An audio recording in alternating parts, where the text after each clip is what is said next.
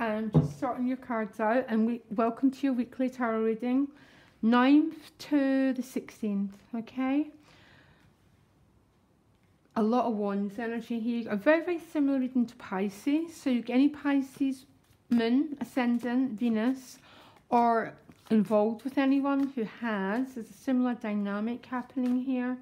Yeah. Ooh, how lovely. Additional guidance card is the blessed card. Oh, how lovely. Yeah, and you've got the Three of Cups, the Wheel of Fortune, the Four of Wands. So there's a definitely sense of being blessed. I don't really think it gets any better, Aries. Maybe we shouldn't even do your reading. We should just leave it at that. This beautiful nectar energy in your life, okay? The Four of Wands is the additional guidance card. This could be marriage. Yeah, it's a crossing a threshold card. What's so strange is amethyst is coming up here. Don't know what that means. Four of Wands is a threshold card. It's about celebrating, starting a new chapter. Very, very positive, very exciting card. It comes with the Seven of Swords, okay? This is what's coming through. So there's a feeling of, this is notoriously called a deception card, okay? Now, it can be, yeah, that's one, but it's not really where I come from. So the cards reflect my viewers and they reflect the reader, okay? So the Seven of Swords essentially is a feeling that maybe you've got thinking processes going on here, Aries, that is stopping you feeling this blessed energy. It's a thief card, but ultimately the greatest thief is our thinking that prevents us being in the here and now. The blessed energy, it prevents us from receiving all the good energy. Yeah, that's essentially what its meaning is. You might be feeling, one other way I look at this card is it still is a threshold card, same, yeah? So there might be a feeling of one leg in and one leg going forward, that, you know, that in-between state that quite often we get in, that most people don't like, because the in-between state is quite uncomfortable. Everyone has to go through it. Aries is part of the change process. A lot of people turn back and they go back into living a life that wasn't really to their highest fulfillment. Or some just brave Aries, just keep walking. And I think you're keeping walking because you've got two Wands cards, you've got your own element and the Four of Wands. Something's propelling you forward, Aries. Deep breath, guys, okay? Oh, not only have you got the blessed, you've got the milk and honey. A lot of sweet nectar, okay? Now you do start with this King of Swords. He's anything but sweet nectar, this guy. Can be an air sign, okay?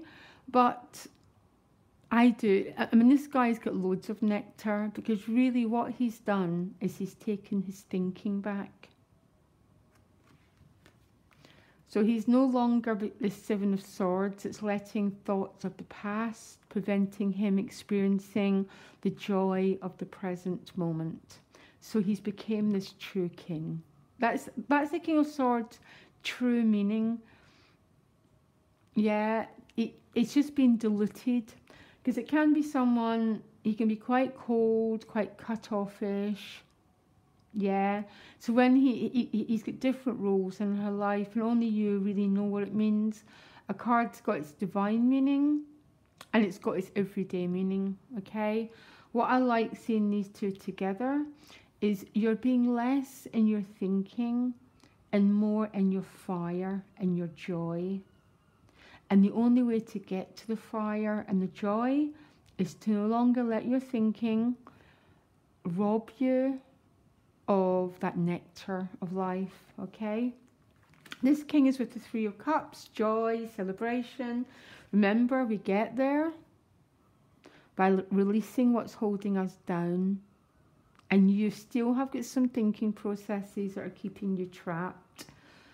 Because you've got the Seven of Cups. The Seven of Cups is my brain fog card. You know that? Oh my gosh, I can't see clearly what's going on.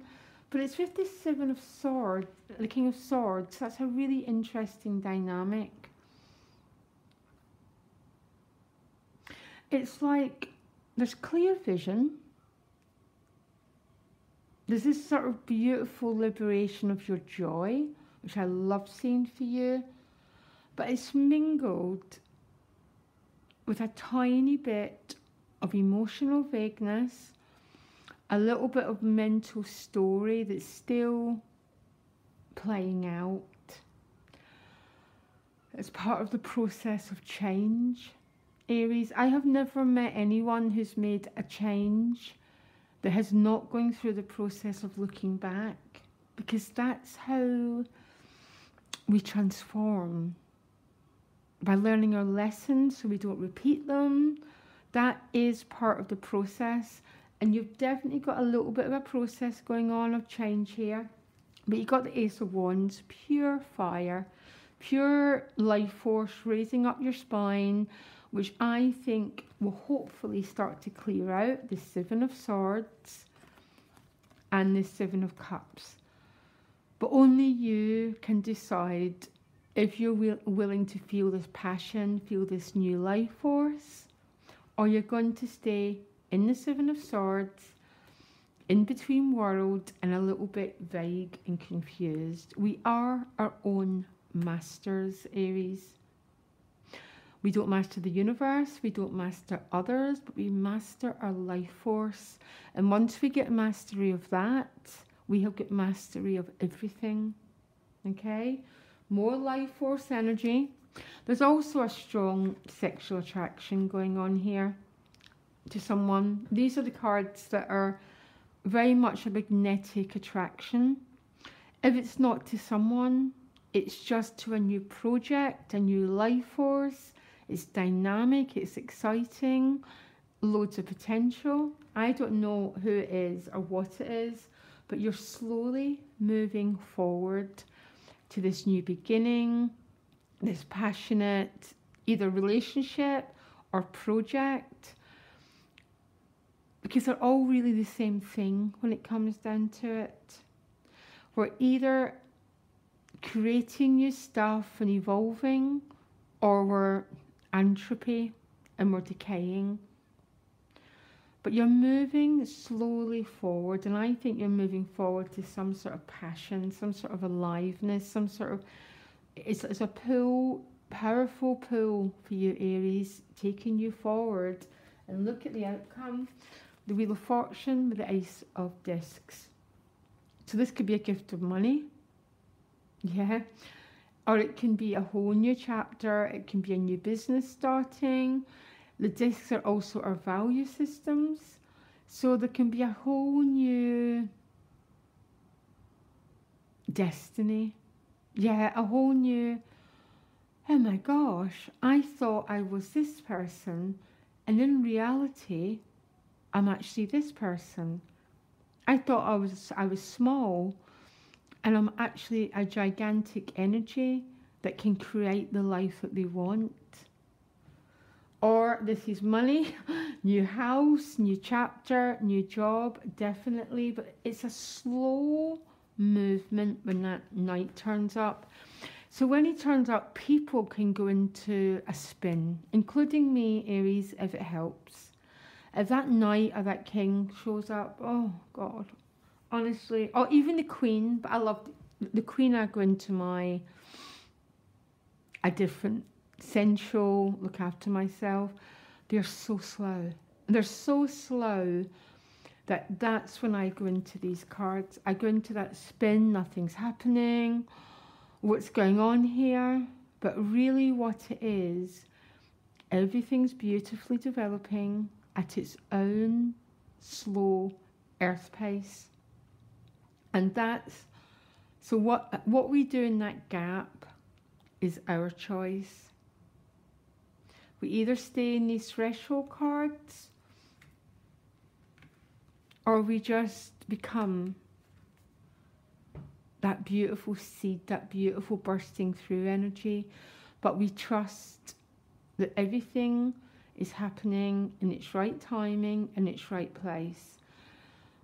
It's tricky. I get you. It's a little bit of a tricky energy having these two sevens. It's vagueness, but it's part of the divine drama. Yeah. And we all get it and we all have it. But you know what, Aries? I've been doing this for a very long time and I still get a bit, oh, when I pull these energies. What's going on? What's going on? It's all happening beautifully, but it's slow and unfolding the way that it's meant to. Okay, absolutely beautiful reading. Just don't forget, you're blessed and you're going to the land of milk and honey. And can it possibly get any better? You tell me. Okay, Aries, loads of love, guys. Speak to you later. Bye.